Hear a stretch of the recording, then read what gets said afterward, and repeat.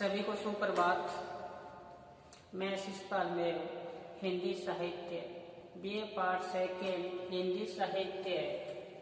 हम पढ़ रहे थे सेनापति रीतिकालीन काव्य के अंतर्गत। सेनापति जी के हम प्रकृति चित्रण के अंतर्गत हम पढ़ रहे थे ग्रीष्म ऋतु, और इसके बाद में हमने सप्रसंग व्याख्या की थी वर्षा ऋतु की।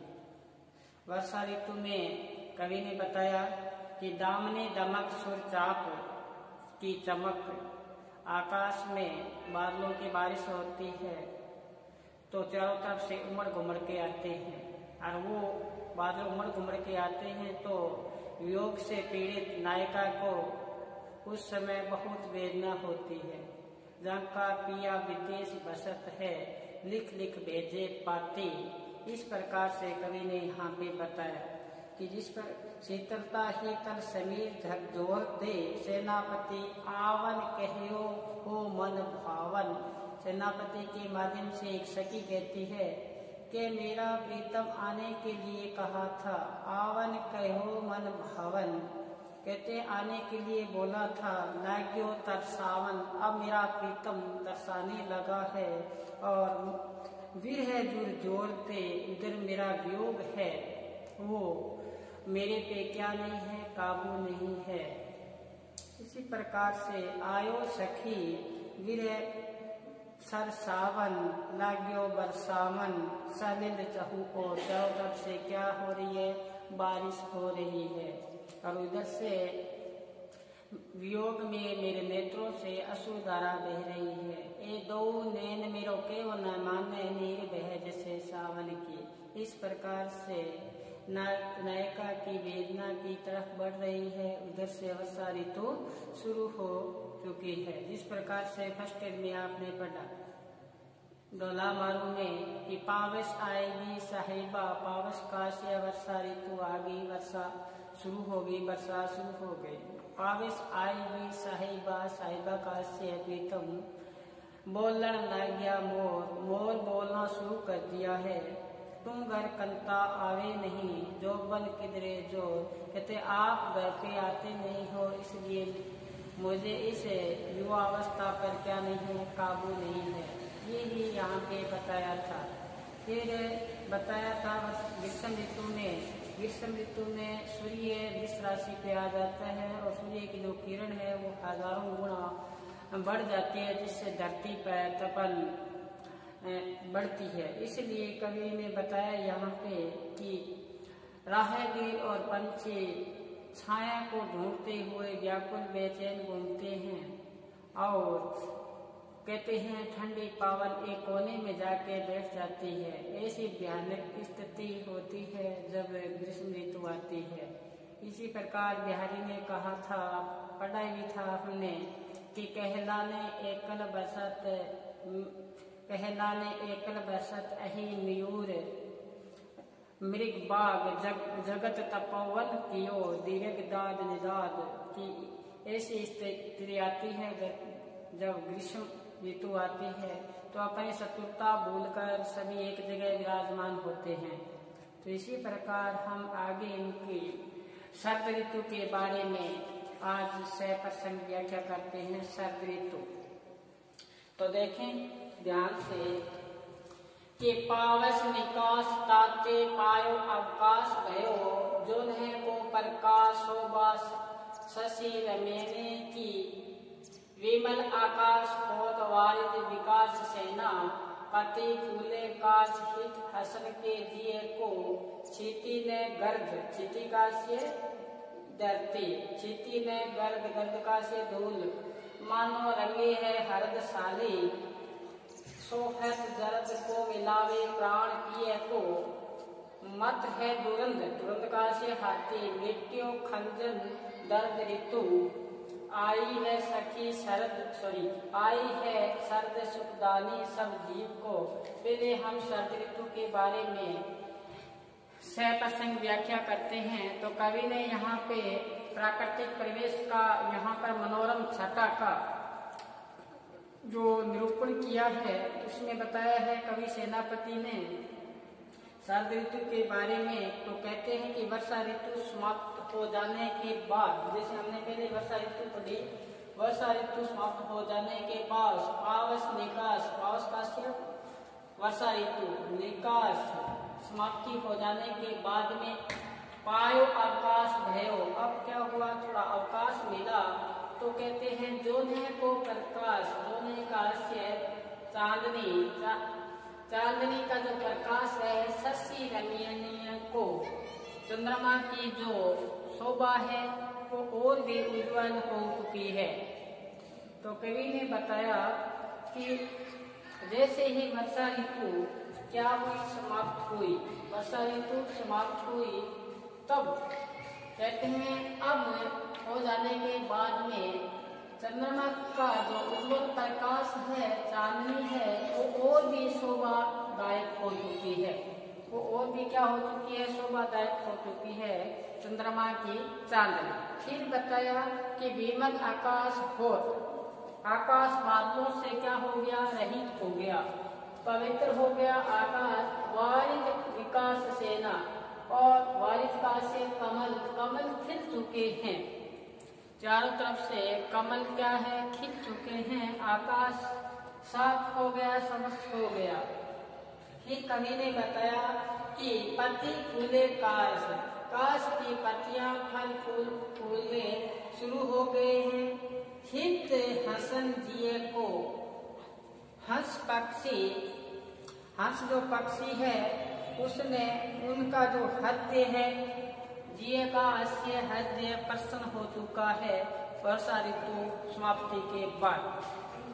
फिर देखो कवि ने बताया कि क्षिति ने गर्द मानो, इस धरातल पर, इस धरती पर किसी प्रकार से धूल मिट्टी नहीं रही है, मानो क्या कहें कि रंगे हैं, चारों तरफ से रंगे हैं, इस प्रकार से, जिस प्रकार से हल्दी के रंग में रंगे गए हो, शालिका से दान की बालें, दान की बालें, कहते हैं कि चारों तरफ से हल्दी के रंग से रंगे गए हो, इस प्रकार से प्राकृतिक मनोहारी चित्रण यहाँ प्रस्तुत किया है कवि ने। फिर देखो आगे, सोहग दर्द को मिलावे प्राण पिए को, उस समय है एक वियोग से पीड़ित नायिका आप अपनी सखी को कहती है कि ऐसे अवसर पर मुझे अपने प्रीतम से मिला दे, ऐसे अवसर पर मुझे मेरे प्रीतम को मिला दे। तो आगे देखो फिर इस मनोहारी चित्रण का किया है, क्या बताया, मत है दुरंद, मत काश्य मद मस्त है, दुरंद काश्य हाथी, हाथी मद मस्त है, उनका दर्द सब मिट चुका है, खंजन दर्द ऋतु, खंजन पक्षी है, उनका भी दर्द मिट चुका है, वो भी प्रसन्न हो चुके हैं, क्योंकि ऋतु कौन सी आई है, ऋतु शरद ऋतु आई है। फिर देखो कवि ने बताया, आई है शरद सुखदानी, ये शरद ऋतु है, सुखदानी है, सब जिये को, सभी जीवों को क्या करती है, प्रसन्न करने वाली है। तो कवि ने बताया, पावस निकास ताते पायो अवकाश भयो, वर्षा ऋतु समाप्त हो जाने के बाद कहते हैं चंद्रमा की जो चांदनी का जो प्रकाश है वो और भी उज्जवल पाक पवित्र हो चुका है, इस प्रकार से कवि ने यहाँ पे वर्णन किया। फिर देखो कि आकाश है वो उज्जवल हो चुका है, कमल के फूल है वो खिल चुके हैं, सेनापति कहते हैं कि काश के जो पौधे हैं उनमें फूल पत्तियां आनी शुरू हो गई है, जो हंस है उसके हृदय में खुशी उजागर हुई है। कवि कहता है कि धरातल पर किसी प्रकार की धूल मिट्टी नहीं रही है, चारों तरफ से हल्दी के रंग में रंगे गए हैं, शालिका से दान की बालें के रंग में सारे रंगे गए हैं। कहते हैं ऐसे अवसर पर मुझे एक सखी कहती है मेरे प्रीतम से मेरे को मिला दें। तो कहते हैं आगे, मत दूर मिट्यो, हाथी मदमस्त हो चुके हैं इस ऋतु में, खंजन पक्षी है उनका दर्द सब मिट चुका है, क्योंकि ऋतु कौन सी आई है, पावस के बाद में सर्द ऋतु। फिर देखो आई है सर्द सुखदानी, कवि कहते हैं ये ऋतु आई है सुखदानी है, सभी को क्या देने वाली है, सुख देने वाली है।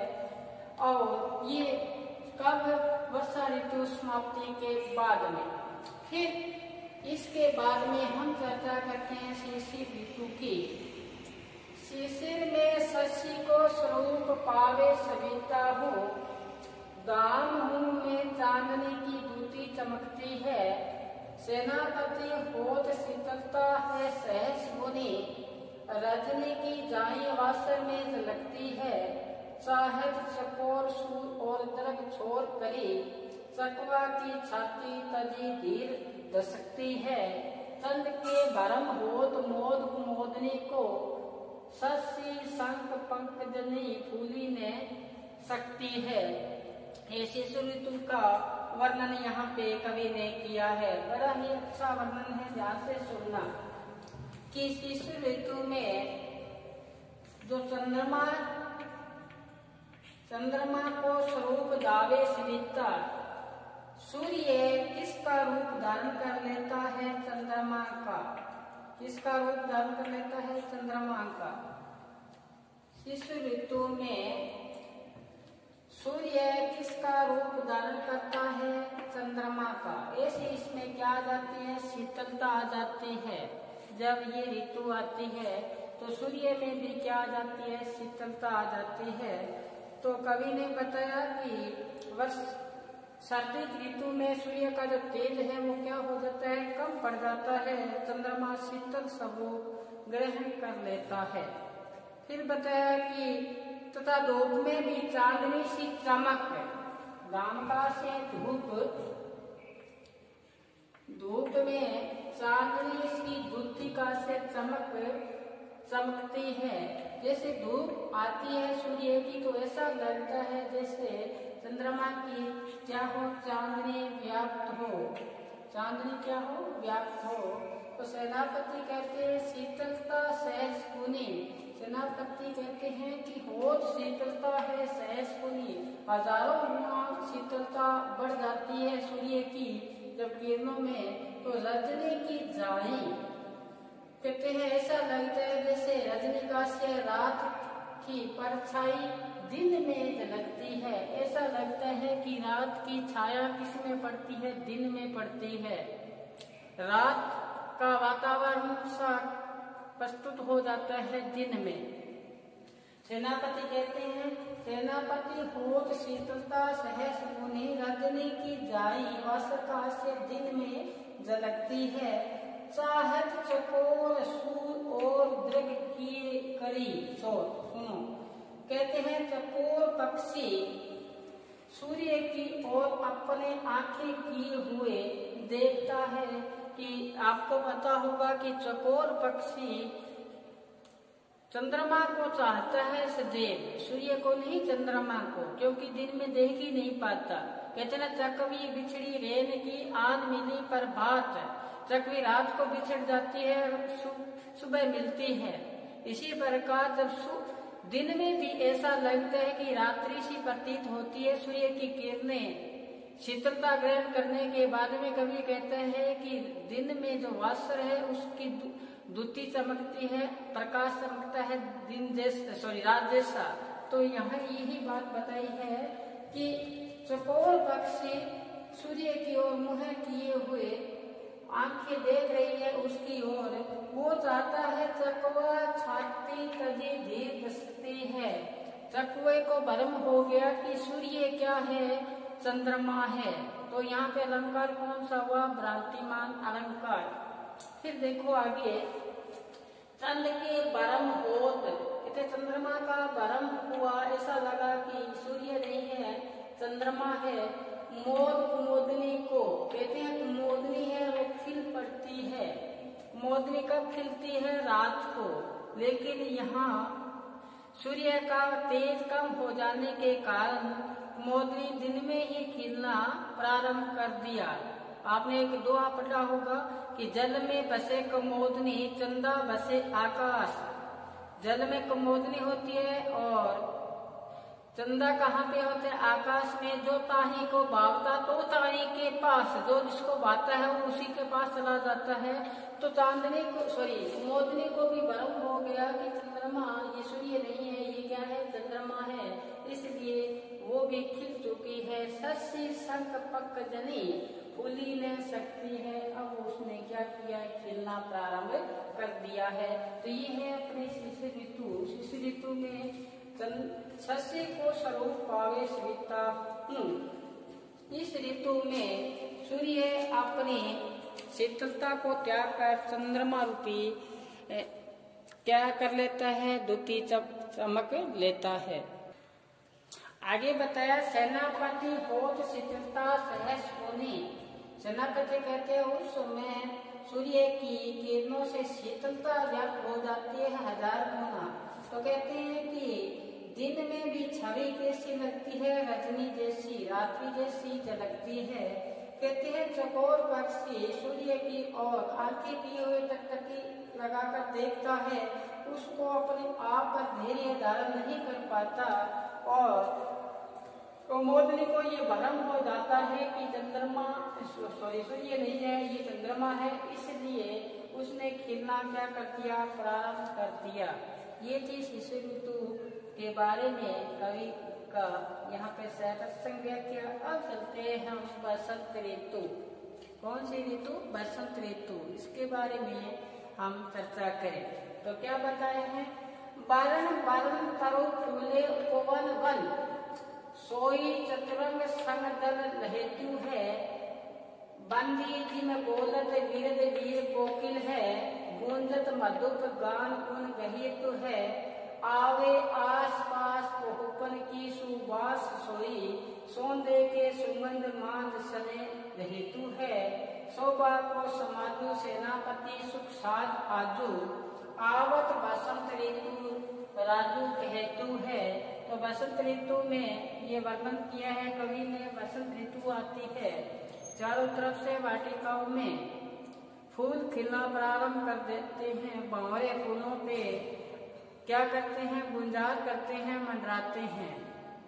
और ऐसे वातावरण में जब भ्रमण करते हैं तो चारों तरफ से सुगंध ही सुगंध व्याप्त होती है। वो सुगंध हर जगह व्याप्त हो जाने के कारण कण कण में व्याप्त हो जाती है। हमें भी ऐसे वातावरण में क्या कर लेती है? एकाकार की स्थिति में आ जाते हैं।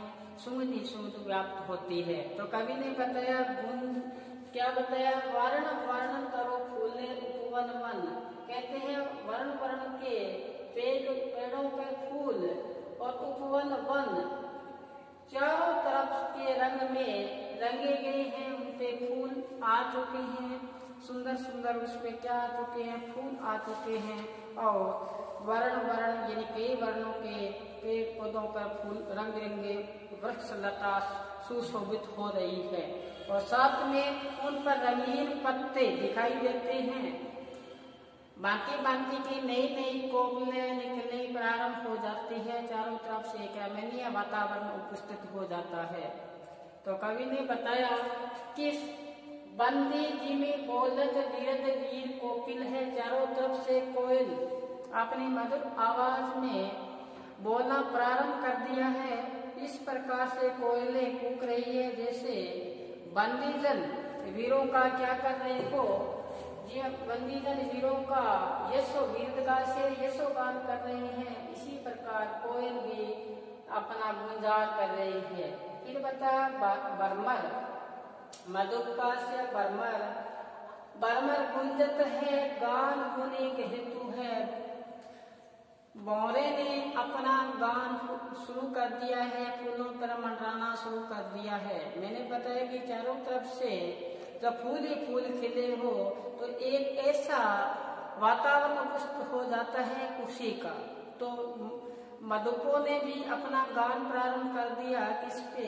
फूलों पे आके। तो आगे बताए हैं कि आसपास फूलों से आती रहती है जैसे कोई सुगंध आ रही हो। आगे बताया है आवे आसपास में सुगंध आ रही है फूलों की सुबास सोई, सौंदे के सुगंध माज सने बहेतु है। ऐसे लगता है कि सभी वातावरण में उस सुगंध से मंजे हुए हो।